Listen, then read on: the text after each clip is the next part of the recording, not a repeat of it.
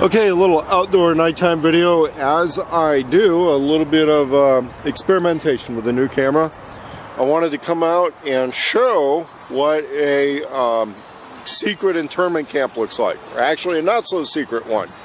This has been rebuilt, overhauled. It's now at the end of a train line in Portland, Oregon, but it is a site of a 1940s internment camp. And one of the things that we get to look at with some of this is the original propaganda. These are stainless steel plates that have been acid etched based on the original newspaper articles from internment of Japanese Americans in at the start of World War II. And this is where you get to see some of the history on this. And the anti-Japanese committees, a lot of the other type of stuff. And he came up with really cool names for all this, like Assembly Center. Okay. And it would say, you know, a lot of propaganda stuff on that.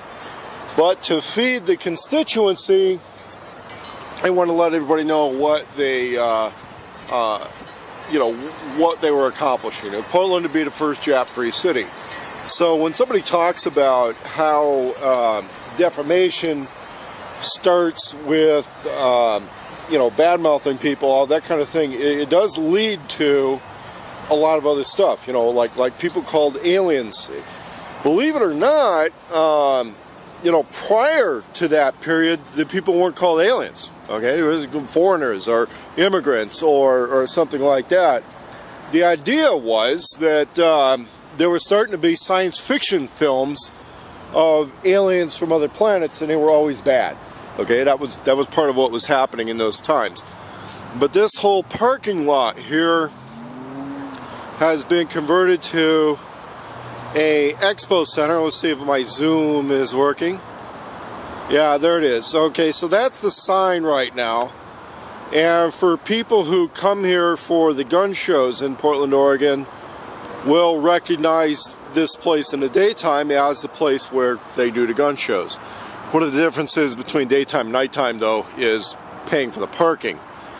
But this is the site of a internment camp or a collection center or whatever you call it. There was mass arrests. People were brought here and stuck here for a long time before they went to other more permanent facilities. Now, the long-term effects of that have been that there is very little Japanese or even Asian community left in this city or this state in general. There's very little Asian community left here.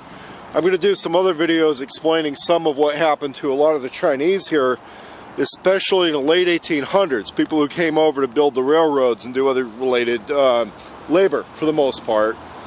And why they were not allowed to establish the same way in this state. One of the reasons there was a lot of public priming in favor of mass arrest and internment of the Japanese here in Oregon was that the Chinese had already been, for the most part, dealt with. And that's one of the reasons why Portland's Chinatown was so small in comparison to, let's say, Seattle or San Francisco. So more on that later, but I'm going to see if I can get this thing in archive and upload.